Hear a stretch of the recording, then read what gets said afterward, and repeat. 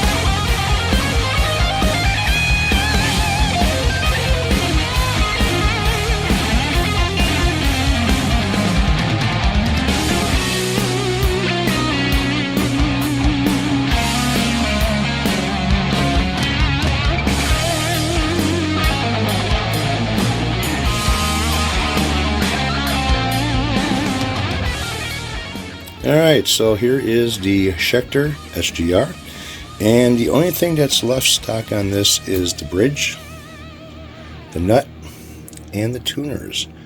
I didn't feel that I had to really change them out. It seemed to be pretty stable by itself, even though it's a plastic nut. When you drop it and it hits the table, it doesn't have that plastic sound. It almost sounds like a bone nut, but it's not. So as you can see that the SGR is now red instead of being white. That is due to the candy apple red that I sprayed over to black, which you can tell it matches the body.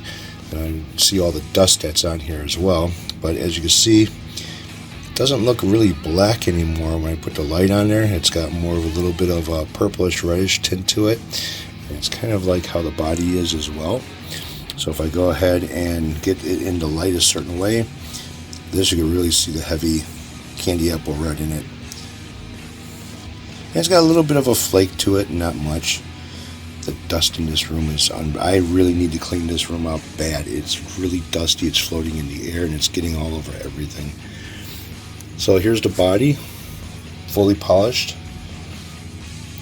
There's no haziness to the body at all, other than the glare of the lights, which I try to move the camera out of it so you don't see it.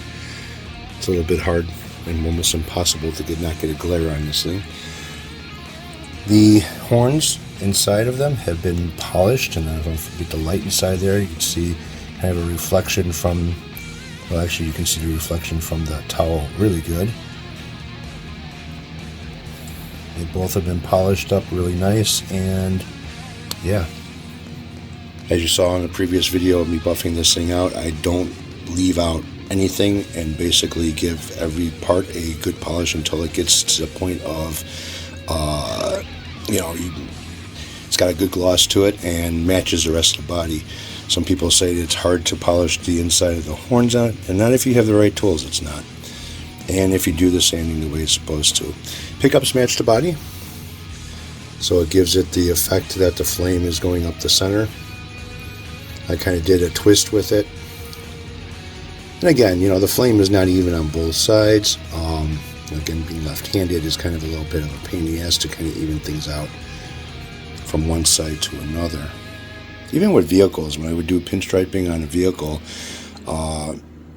my Chevy Beretta GT, I did black flames on each side of the hood, then going down the front fenders into the front doors.